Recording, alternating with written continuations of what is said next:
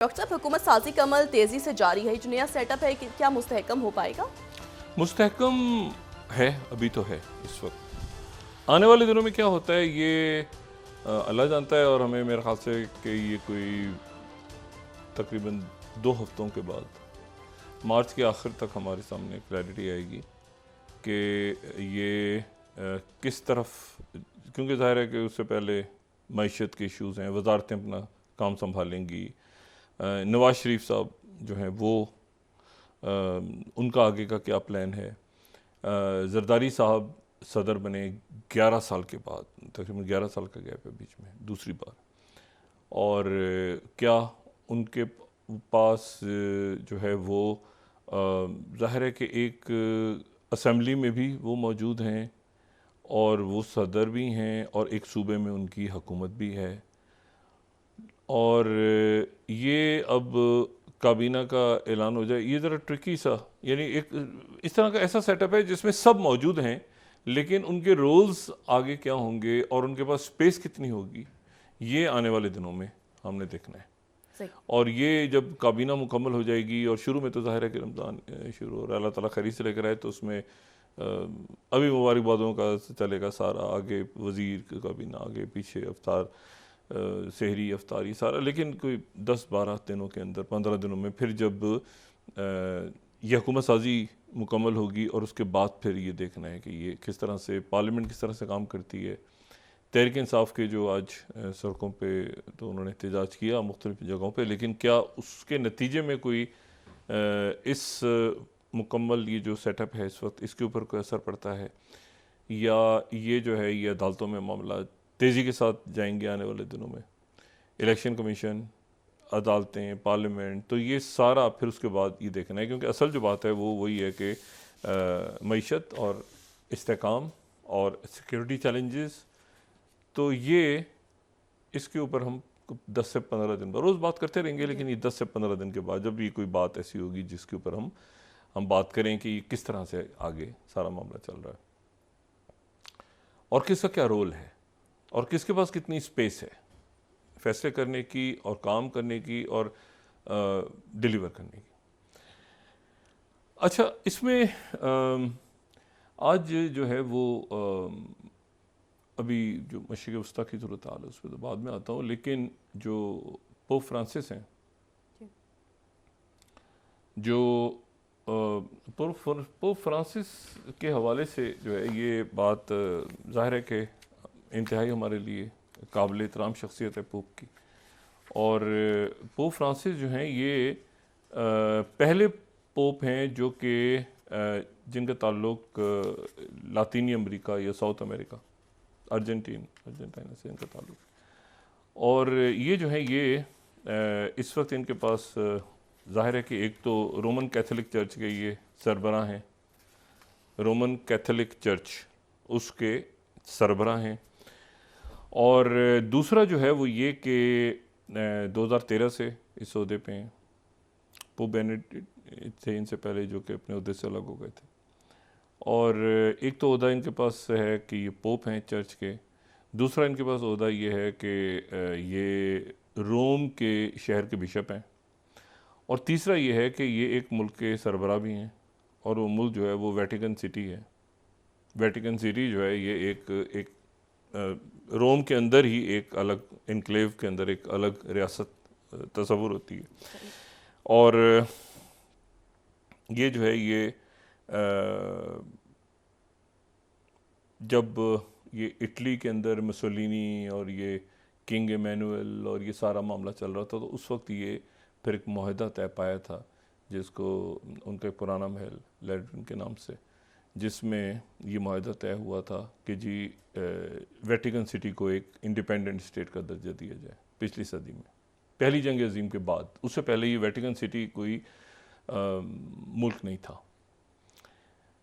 तो अब ये है कि पोप जो हैं ये इन्होंने, इनकी 87 साल की उम्र है, 87-88 इनकी एज है, और इन्होंने एक भूचाल सा वबा किया है अपने एक बयान से अच्छा, ये मैं हमेशा ये बात कहता रहा हूँ पहले ही दिन से, जब भी, और हम जो शख्सियाती प्रोग्राम देखते हैं उनको इस बात का इल्म है, अगर उनको याद हो तो इस नशिस्त में बहुत दफ़ा बात हो चुकी है कि ये जो जंगें हैं इस वक्त हो रही हैं, इनका एक मजहबी पहलू भी है जो बहुत ताकतवर मजहबी पहलू है। जी।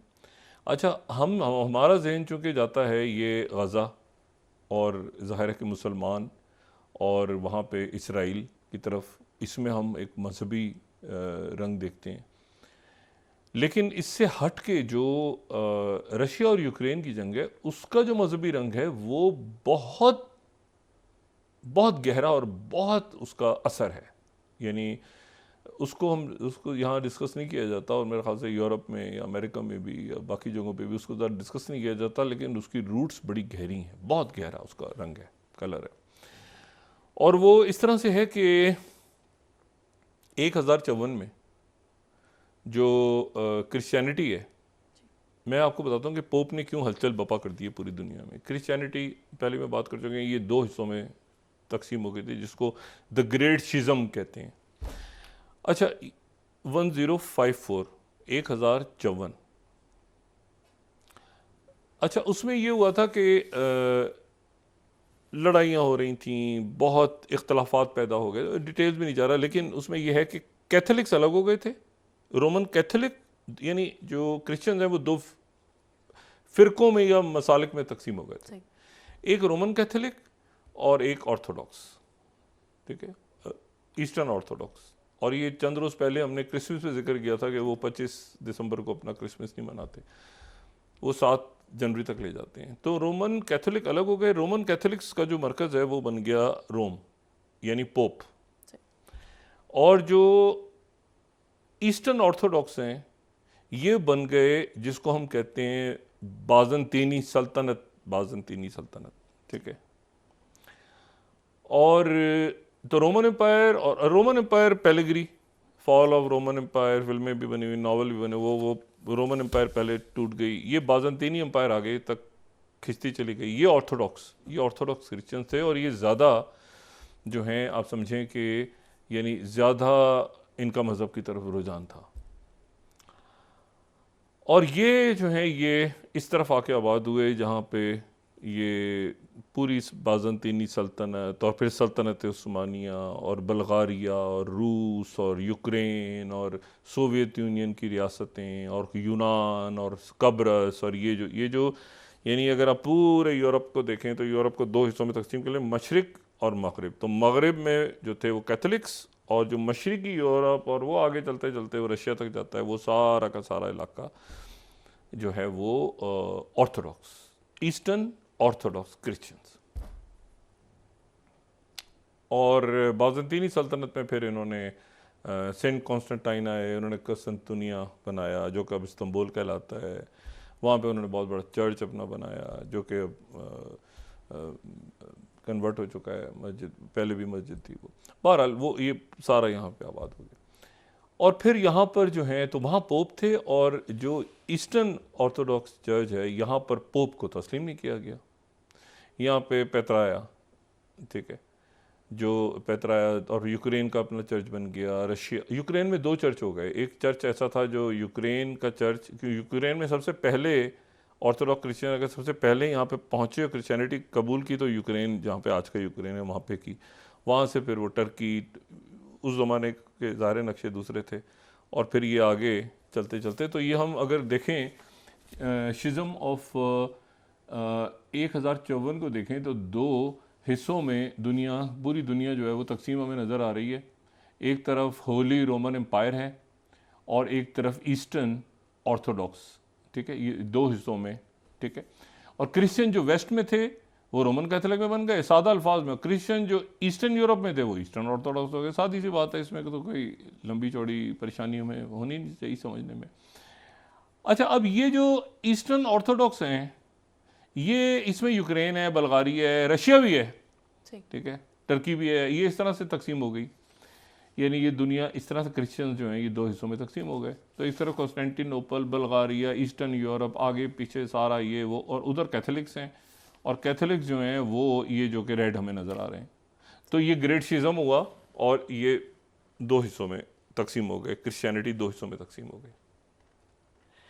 अच्छा, उसके बाद जो है वो आगे फिर जाके चंद सालों के बाद, ये चंद दिहाइयों के बाद, चंद सदियों के बाद, काफ़ी आगे जाके फिर जो कैथोलिक्स थे, कैथोलिक्स के अंदर भी एक बगावत हुई। मार्टिन लूथर किंग, डिटेल में जाए बगैर, कैथोलिक्स में से एक और जो है वो प्रोटेस्टेंट बन गए। ठीक है, वो बगावत हुई कि जी हम तो नहीं मानते, ये चर्च को कलीसिया को अलग करो और जो रियासत के मामलात अलग चलाओ। तो वहाँ फटा पड़ गया, जमहूरियत कैसे होनी चाहिए, ये होना चाहिए, वो होना चाहिए। तो वहाँ पे प्रोटेस्टेंट्स आ गए और वहाँ पे आ गए कैथोलिक्स। तो जो आप समझ लें कि दुनिया में सबसे ज़्यादा कैथोलिक हैं, फिर उसके बाद प्रोटेस्टेंट्स हैं, और फिर ईस्टर्न ऑर्थोडॉक्स हैं। ये तीन इस तरह से चलते हैं।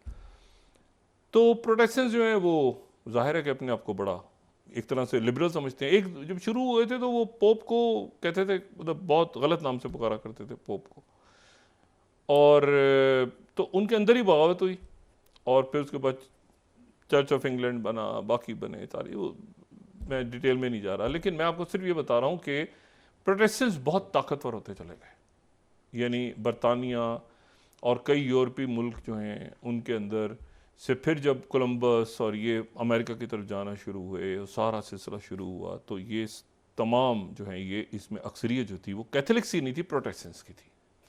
कैथोलिक्स अभी भी अमेरिका में हैं, लेकिन प्रोटेस्टेंट्स आते हैं, और कैथोलिक्स जो हैं वो ज़रा थोड़े से कंजर्वेटिव, यानी थोड़े से ज़रा मजहब की तरफ ज़्यादा उनका रुझान है। अच्छा, अब ये बात क्यों मैं कह रहा हूँ, क्योंकि जो पोप हैं वो कैथोलिक हैं, और पोप कैथोलिक हैं, और प्यूटिन ऑर्थोडॉक्स क्रिश्चियन है, और पोप जो है वो कैथोलिक क्रिश्चियंस के सबसे बड़ी शख्सियत हैं। और जो ज़ेलेंस्की हैं वो भी ईस्टर्न ऑर्थोडॉक्स हैं। इस साल उन्होंने कहा था ना कि हम वेस्ट के साथ मनाएंगे तो शोर शराबा, क्योंकि उनका अपना चर्च जो है वो मॉस्को की तरफ ऑर्थोडॉक्स क्रिश्चियनिटी की तरफ है, वो उनका कोई ताल्लुक ही नहीं है नेटो ममालिक या उधर उधर, तो रोमन कैथोलिक्स हैं। अब इसका मजहबी रंग बड़ा एक अजीब सा पेचीदा सा है। जो पोप हैं, ये रॉयटर्स की न्यूज़ से मैं शुरू करता हूँ। ये थोड़ा सा मज़हब का रंग इसमें बहुत अहम है। इन तमाम जंगों में, जितनी जंगें यूरोप में हुई हैं, उसमें मज़हब का रंग बहुत अहम रहा है हमेशा। अच्छा, रॉयटर्स की है कि पोप ने कहा कि यूक्रेन जो है उसमें इतनी करेज होनी चाहिए, इतनी हिम्मत होनी चाहिए यूक्रेन में, कि वो सफ़ेद परचम बुलंद करें और वो जो हैं वो मुज़ाकरात की मेज़ पे आके बैठें। अच्छा, ये है रॉयटर्स की पहली स्लाइड को मैं कोट कर रहा हूँ। ठीक है, पोप सेज कि Ukraine should have courage to white flag of negotiations. ये और भी मेरे ख्याल से हम अगर दिखाना चाहें तो और भी, ये वाइट फ्लैग, सफ़ेद परचम लहराते हुए यूक्रेनियंस को, और ये जो है ये पॉलिटिको में भी यही है, Ukraine should consider negotiated end to war. सारा दुनिया का मीडिया जो है इससे भरा हुआ, बहुत सारे ही अखबारों में एपी कह रहा है कि वाइट फ्लैग कमेंट क्रिटिसिज्म हुआ है यूक्रेन की तरफ से, अलाइज की तरफ से, कि ये हुआ। अच्छा चलें। अच्छा, यानी हुआ ये है कि जो पोप हैं, पोप ने ये कहा है कि पोप हैं कैथोलिक मसलक के सरबराह।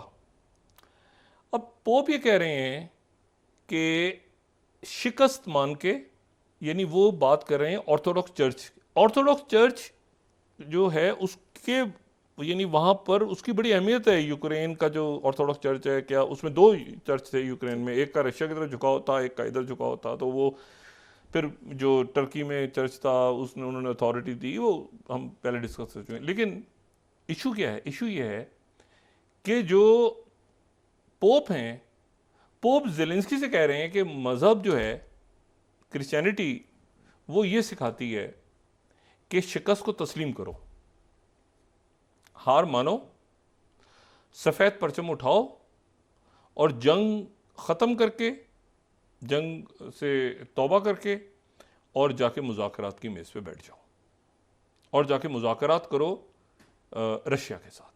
यानी वो रशिया भी ऑर्थोडॉक्स हैं, क्रिश्चियंस हैं, ये भी ऑर्थोडॉक्स क्रिश्चियंस हैं, और कह कौन रहे हैं? पोप, जो कि कैथोलिक हैं। अब इसके ऊपर अगर सबसे ज़्यादा कोई किसी की खुशी बनती है तो वो यकीनन जो है वो बनती है प्रेसिडेंट पुतिन की और मॉस्को की।